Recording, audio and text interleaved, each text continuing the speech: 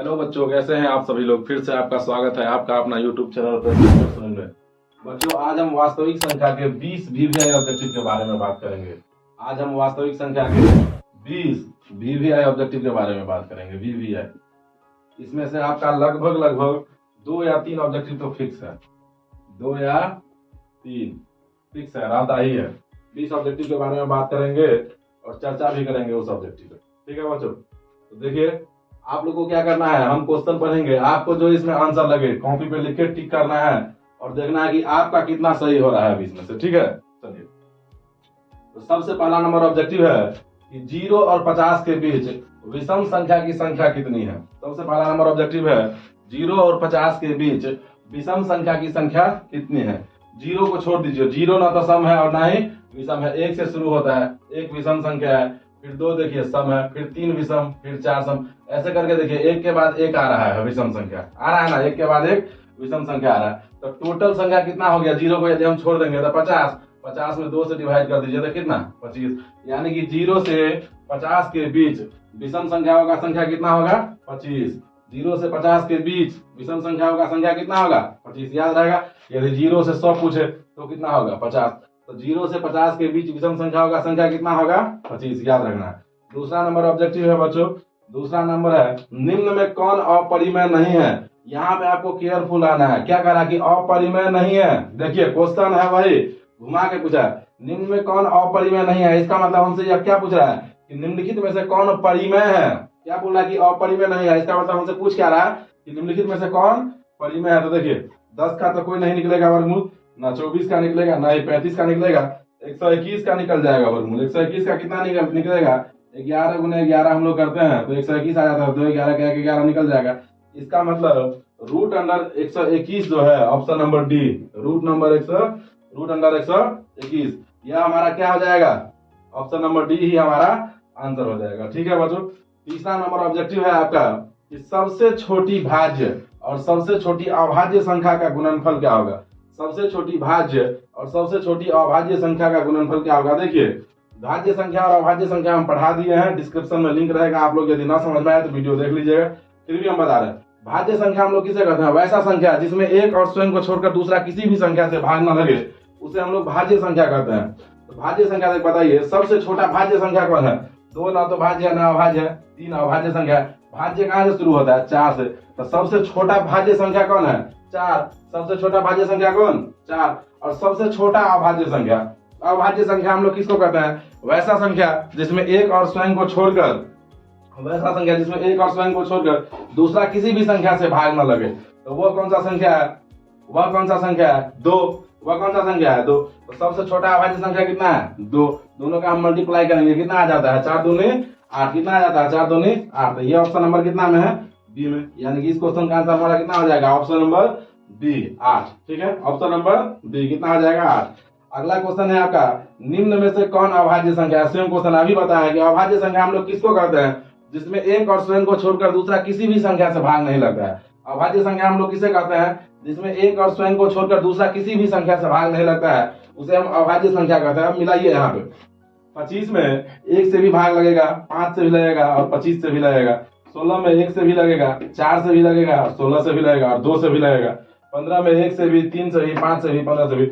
ये तीनों संख्या में एक और स्वयं को छोड़कर दूसरा संख्या से भी भाग लग रहा है। इसका मतलब यह तीनों क्या है, भाज्य है। हमें बताना क्या है कि अभाज्य संख्या कौन है। इसका आंसर कौन जाएगा, ऑप्शन नंबर ए। इसमें देखिए 1 और 29 को छोड़कर दूसरा किसी भी संख्या से भाग नहीं लगेगा। ठीक है बच्चों, तो इसका आंसर कौन हो जाएगा, ऑप्शन नंबर ए, यानी कि 29 आपका आंसर हो जाएगा।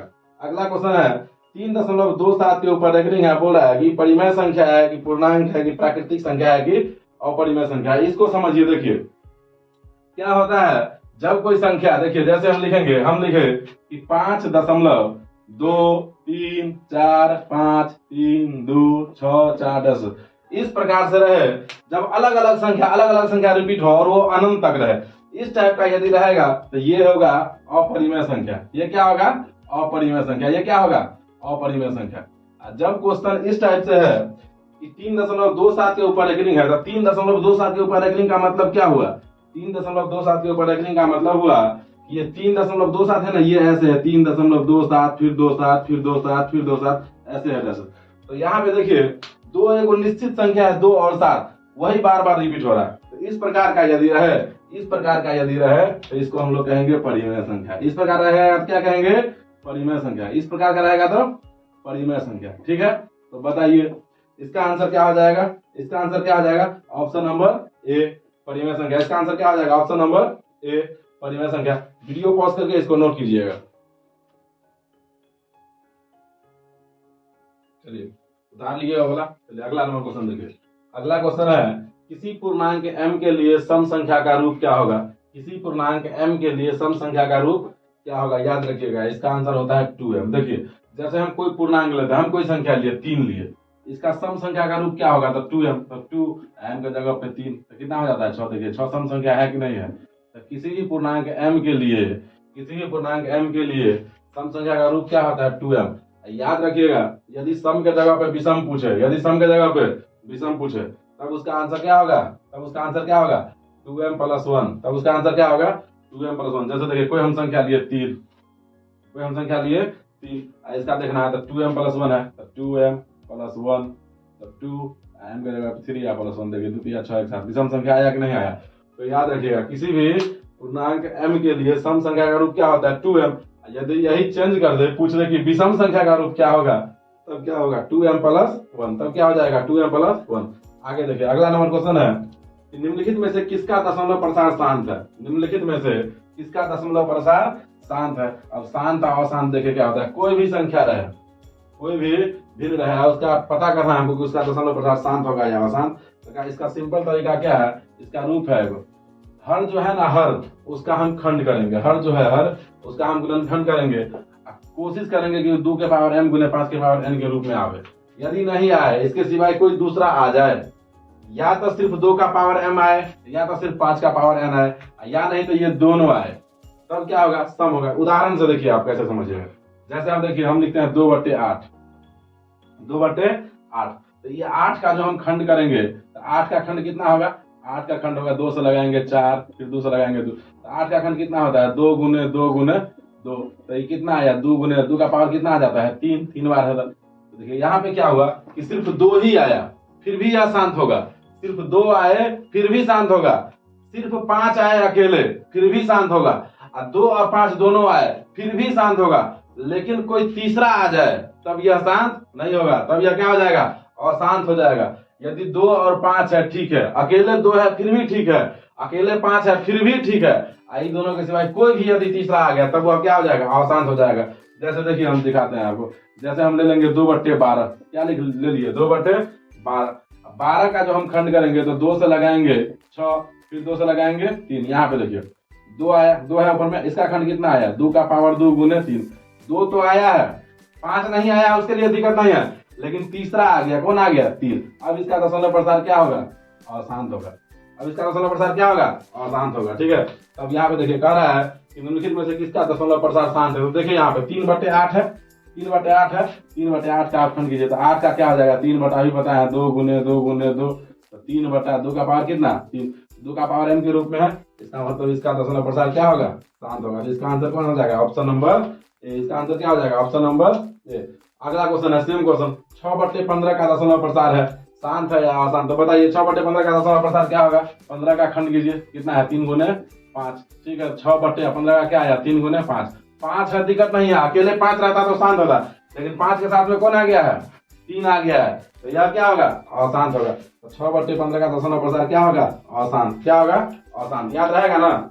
ऐसे भी आ जाए, जैसे देखिए यहाँ पे 2 भी रहता, जैसे 5 है, यहाँ पे यदि 2 आ जाता, 10 रहता, फिर भी यह शांत होता। यदि बट्टा में 10 रहता ना, जैसे 6/10 रहता, ठीक है, तो 10 का हम खंड करेंगे तो 10 का खंड होएगा ना 2 गुने 5। ये भी शांत है। 2 5 दोनों आए फिर भी शांत है। अकेला दोनों में से कोई आया फिर भी शांत है। उसके अलावा जो कोई आएगा तब वो शांत नहीं होगा। अगला क्वेश्चन देखिए क्या है। कह रहा है कि 4 - √13 है। 4 - √13 है, क्या है? अब बताइए। ऑप्शन में है ए में परिमेय संख्या, बी में अपरिमेय संख्या, सी में ए एवं बी दोनों है, डी में है इनमें से कोई नहीं। याद रखिएगा, देखिए परिमेय संख्या के साथ किसी भी अपरिमेय संख्या का जोड़ घटाव गुना भाग सब क्या होता है? अपरिमेय। अपरिमेय संख्या कोरोना है। अपरिमेय संख्या क्या है? कोरोना है। यह परिमेय में सट भी गया ना कैसे भी, तो यह क्या हो जाएगा? ये पूरा ही अपरिमेय हो जाएगा। ये पूरा ही क्या हो जाएगा, अपरिमेय हो जाएगा। तो 4 तो परिमेय है, लेकिन 4 में कौन आ गया, अपरिमेय आ गया, √13। इसका मतलब ये क्या होगा, अपरिमेय होगा। तो इसका आंसर क्या हो जाएगा, अपरिमेय संख्या। क्या हो जाएगा इसका आंसर, अपरिमेय संख्या। अगला नंबर क्वेश्चन देखिए क्या है, कह रहा है कि दो परिमेय संख्या के बीच कितनी परिमेय संख्या होती है। दो परिमेय संख्या के बीच कितनी अपरिमेय संख्या होती है। बाबू देखो, दो परिमेय संख्या के बीच इतना अपरिमेय संख्या होता है ना कि हम जीवन भर भी निकाले, हमारा बच्चा भी निकाले, फिर भी वह खत्म नहीं होगा, इतना अपरिमेय संख्या होता है। तो दो परिमेय संख्या के बीच में कितना अपरिमेय संख्या होता है, याद रखिएगा, अनंत। दो अपरिमेय संख्या के बीच में कितना अपरिमेय संख्या, अनंत। दो अपरिमेय संख्या के बीच में कितना अपरिमेय संख्या, अनंत। कभी खत्म होगा, कभी खत्म नहीं होगा। अगला नंबर क्वेश्चन है, 2 या 2 से अधिक अभाज्य संख्याओं का मौसा होगा। 2 या 2 से अधिक अभाज्य संख्याओं का मौसा होगा। हमेशा याद रखिएगा, इसका आंसर होता है 1। इसका आंसर कैसे क्या होता है, 1। देखिए आपको एग्जाम्पल के साथ बताते हैं।